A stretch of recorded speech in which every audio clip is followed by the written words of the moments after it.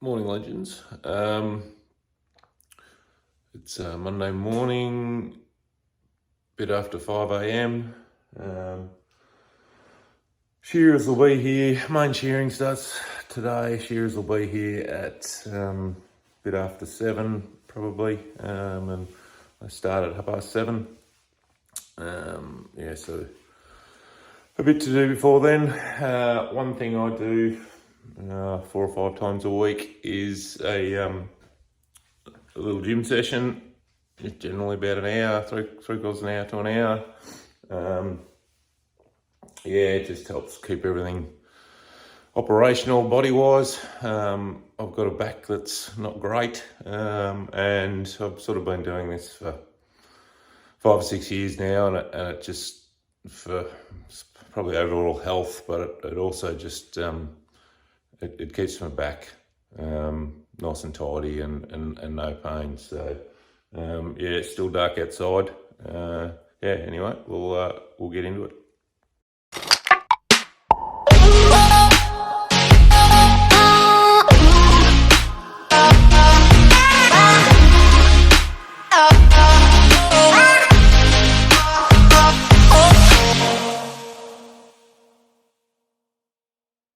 Okay, gym session done. We've had a bit of breakfast.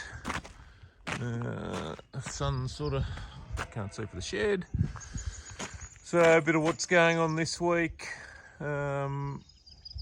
Obviously shearing. The tractor's broken. We're just waiting for parts to come in from overseas so it can go to town and get fixed. We've upgraded our header or harvester. This camera doesn't want to focus, which is a pain in the backside. So there's a truck coming at some stage this week to pick it up. We've sold our main tipping trailer. So I think it's going this week as well. So there's a bit on the go. We've got a plane coming at some stage to spray some fungicide on some canola and wheat. I'll just come into the shearing shed. Turn some lights on. So we've got a little bit of organising to do in here before we start, which I'll do now. We come up here and there are the sheep, ready for their haircuts. So I've just got to run them back out, and there's some out in the big yards out the back as well. We've just got to draft some young lambs off them. It's easier to do it now rather than pulling the lambs off when the shearers are in here as well. So there's a bit going on. But anyway, that's the way we roll. Okay,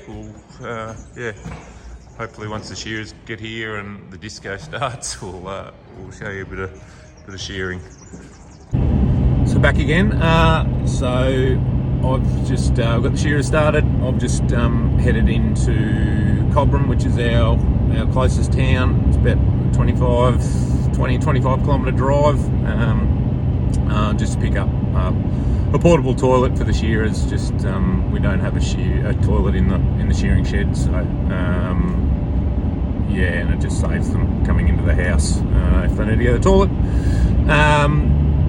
A bit more of a backstory on how I come to be farming and that sort of stuff. One thing I will say, and I didn't bank on this, if you haven't done a lot of it, it's bloody hard to video yourself and talk at the same time.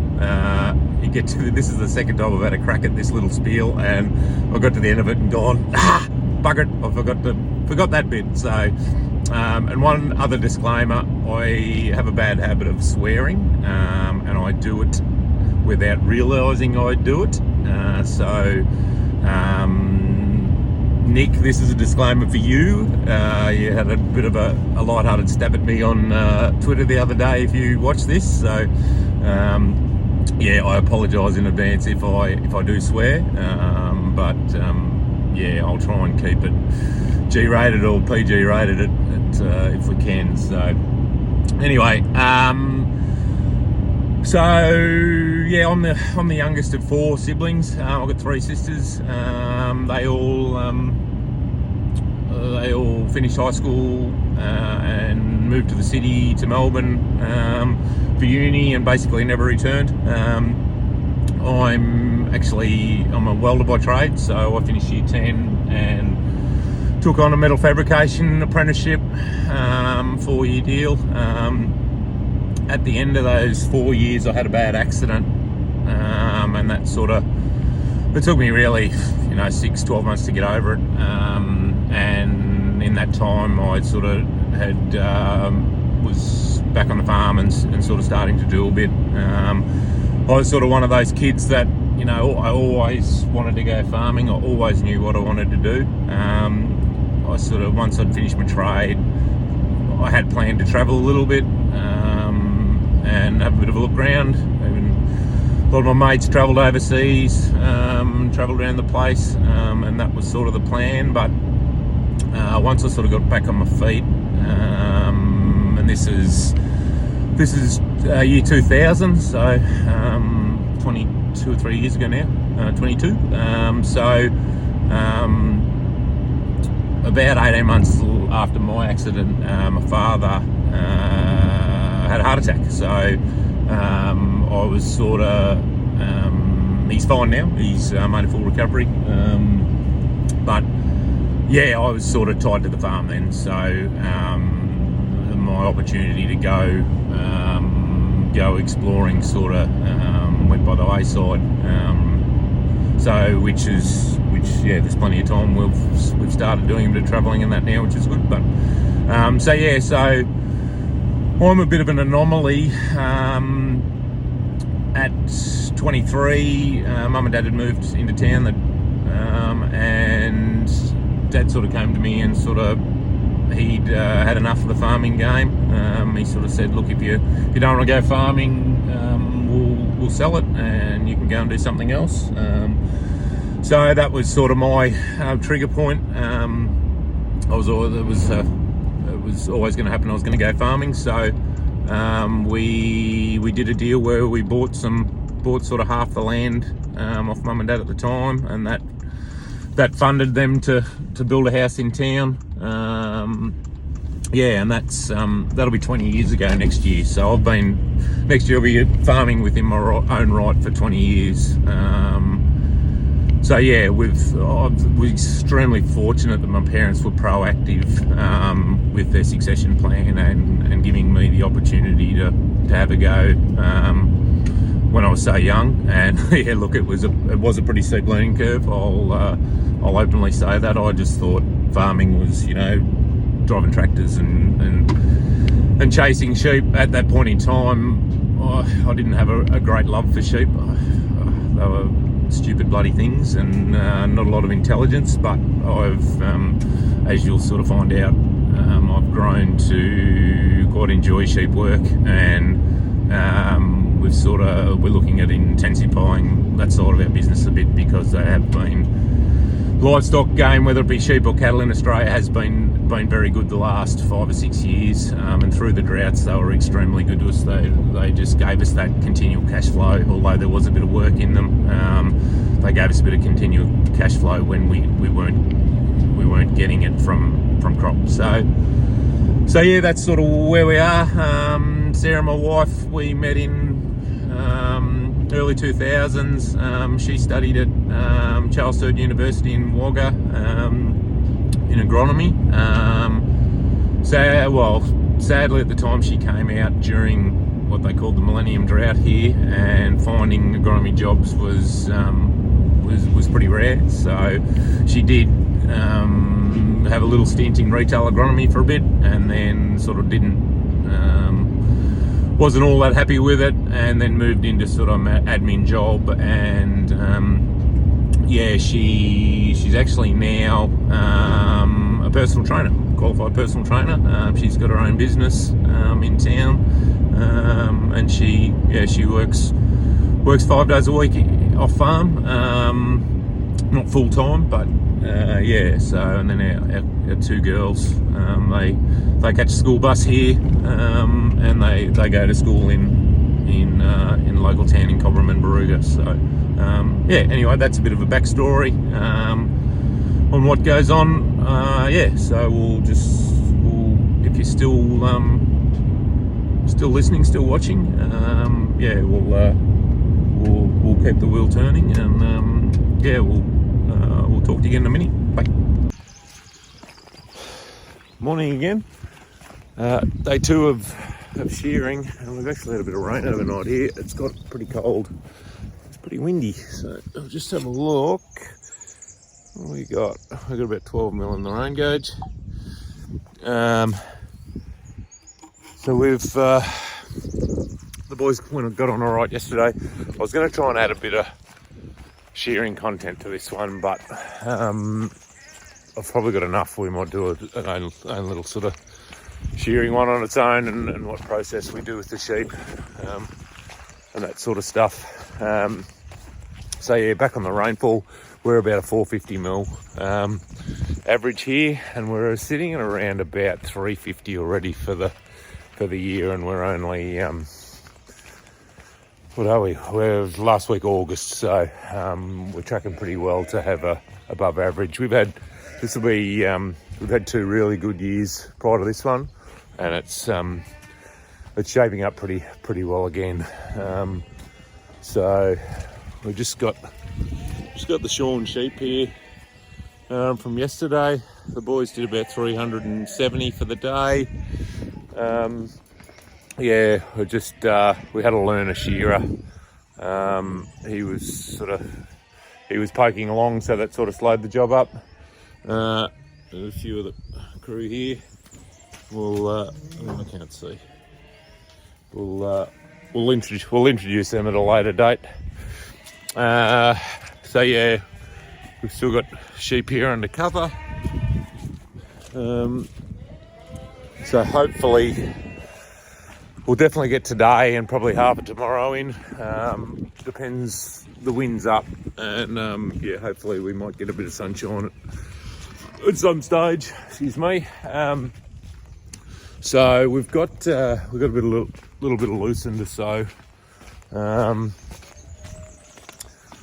at some stage. So I'm actually going to jump in one of the tractors, and we're going to borrow a little seeder off a friend of mine down the road. So I'm going to go and pick that up. I'd usually be in that one, but that one's broken still, as I mentioned. So we're going to take this baler. We're going to take that one. Spent a lot of hours on this tractor, but I suspect, up here, a bit hard to see me. I suspect, yeah, flat battery. But anyway, we'll have to give it a jump start, and then we'll get going. So we just had yesterday's shorn ewes here, just beside a little paddock behind the house here. We've just stuck a bit of hay in that into them, just a bit of shelter, just with it off shears, sort of first 28, 48 hours. Without their jumpers on, it's pretty critical. They can get pretty cold, and it doesn't take much to kill a sheep, as many sheep farmers know. This is Tiny the pet. Yeah, Tiny's due for a haircut too. So anyway, we'll let these guys out, and we'll give them a bit of hay and get a bit of tucker in them, get their bellies full, and yeah, they should be right. Can't always put the good stuff up and not show the bad stuff.